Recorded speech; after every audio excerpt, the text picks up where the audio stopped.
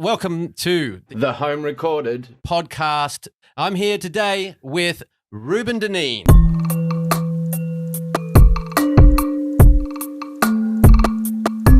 We both went to the same high school. We had a really tight friend group. We did. We had a really, really amazing circle. When I left Albury, it was one of the hardest things to do. That was to year leave that 11, behind. 1997. Year 11, and then finished high school down here in Melbourne. I was very, very lucky. I got into a really good group of musicians and a very tight circle there. What was the school you were doing? It was called Galvin Park. I think it's different now. Just in the town, there are a lot of musicians our age trying to get bands started and stuff. Mm-hmm. And it was just in music This is class. back in... This is 98. 98, when music was still thriving, yeah? Yeah, that's right. When the scene was, you really had to go see live shows to, YouTube didn't exist. That's it, yep. We had none of this. We had no social media. Absolutely. To get this stuff out. Yep. So the only sort of thing we had were local gigs and then moving on into the city and getting, the pubs and clubs there. Music's just kind of become a huge part of my life again. I sort of went without it for a long time in the dark days. I remember. And now it's back with a vengeance. Absolutely. So now I've gotten back into music. I've done it on a fairly tight budget. It wasn't long before I saw you last year. Yep. That I'd even started buying gear again. Yeah. I had not even a guitar for a good couple of years there. When I finally started trying all this sort of cheaper stuff out, I tried it out with a cheap little multi-effects thing I had all these amp and speaker simulations and stuff. Sure. Like, well, it sounds all right through headphones. I wonder what it'll sound like through this Bluetooth speaker. Oh, wow. That sounds fantastic. That's awesome. Okay. So I started looking into it and amp modeling and these things that are out there now.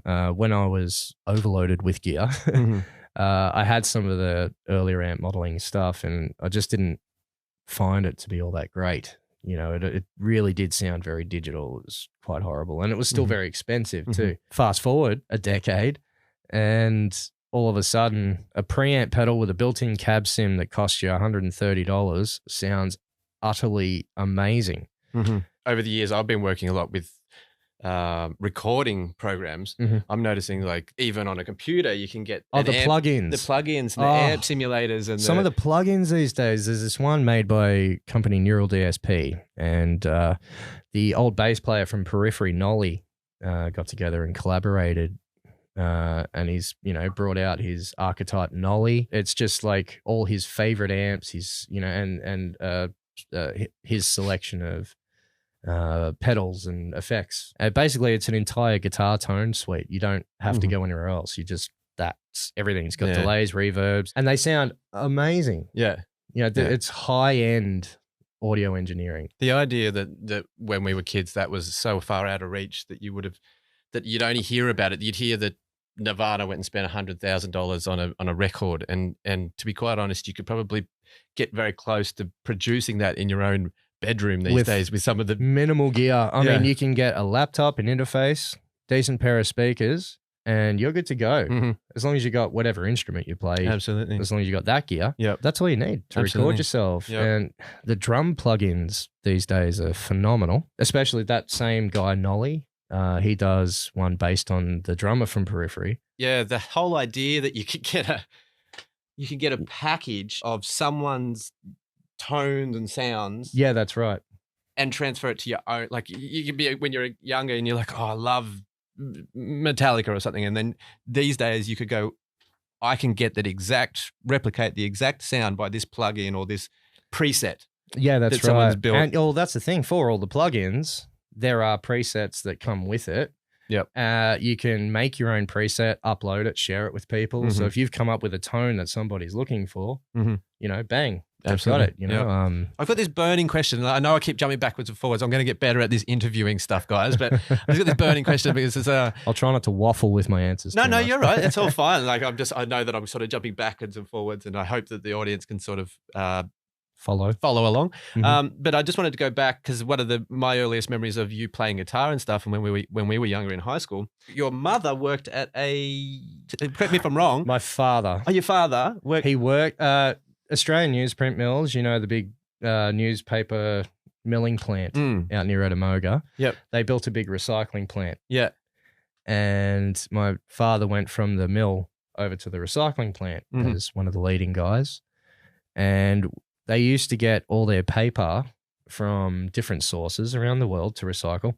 A lot of the time, it was just pallet loads of unsold magazines from newsagents and things. Yep. And almost every day, he would come home with a pile of guitar mags and comic books, wizard magazines and stuff, you know, because he knew I just loved it. And, oh, God, by the time we left that house, piles of guitar mags, and it was free lessons. That's what I'm thinking. Like, I just remember, like, in those magazines, there was always 4 songs that tabs, and then there was all the information about, you know, your pedals and stuff. And that must have been just such a godsend to you at that time. Like, especially, I wasn't in Albury, I was in Howlong. Small, isolated town. Yeah. Well, when we moved there, I think there was only a little over 1,000 people. Yeah. So I just wanted to go into that. I think that was, I think that's caught everyone up as the little backstory, a little history on everything. Yeah. So now Ruben's got a YouTube channel. It's called Tight Budget Musician. Right here. Go and check it out. Okay. I will put the link. It'll be the first link in the description. And nothing special at the moment, but it's basically this whole theory that, you know, I've been able to find such amazing tones for not much money. And even the guitars that I buy now, I don't spend a lot of money and I get this great stuff that really gives me great results. And I don't feel like I need to go out and buy $1,000 guitar because this one $270 guitar does everything. Now, I actually only started it midway through last year, the channel, when I started finding all this cheap gear. And another part of the whole thing was not just saving money, but I thought I'm kind of off the grid where I am. You know, I'm very limited on my power usage and everything. So I thought, well, how can I get these great cranked amp tones without using a multi-effects pedal? This whole design is amp free. You can use a Bluetooth speaker, you can go straight into a recording interface or straight into a PA. And I didn't want to use multi-effects pedals. So I wanted to keep separate pedals, a small board, and, you know, just the ability for it to be portable. So I've got my big setup with that pedal and the brand new preamp modeler and everything I've bought. And I had this setup that I had actually built. I've always wanted to have someone design a effects board for me. And a couple of weeks ago, Ruben, just out of the blue, sent me a message saying that he had designed me an effects pedal board and he wanted to give it to me as a present. And I was mind blown. And Ruben has bought the present.